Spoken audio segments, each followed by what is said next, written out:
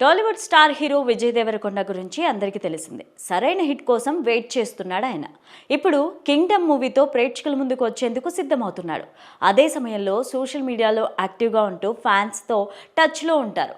Chit charts కూడా నిర్వహిస్తూ ఉంటారు విజయ్. వివిధ ఇంటర్వ్యూలలో మాట్లాడుతూ ఇంట్రెస్టింగ్ విషయాలు పంచుకుంటూ ఉంటారు.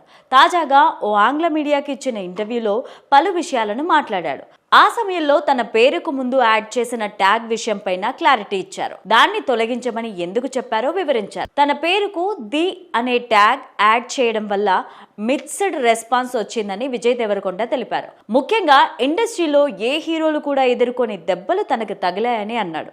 ఇప్పటి వరకు ఇండస్ట్రీలో యూనివర్సల్ స్టార్ నుంచి పీపుల్ స్టార్ వరకు కూడా ఎన్నో ట్యాగులు వచ్చాయని గుర్తు చేశారు.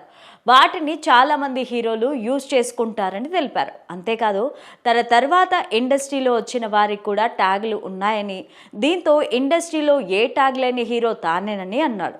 కానీ తనకు ట్యాగ్ పైన ఇంట్రెస్ట్ లేదని, తనకు ఎప్పుడూ యాక్టింగ్తో అంత గుర్తింపు తెచ్చుకున్నట్లుగా చెప్పారు.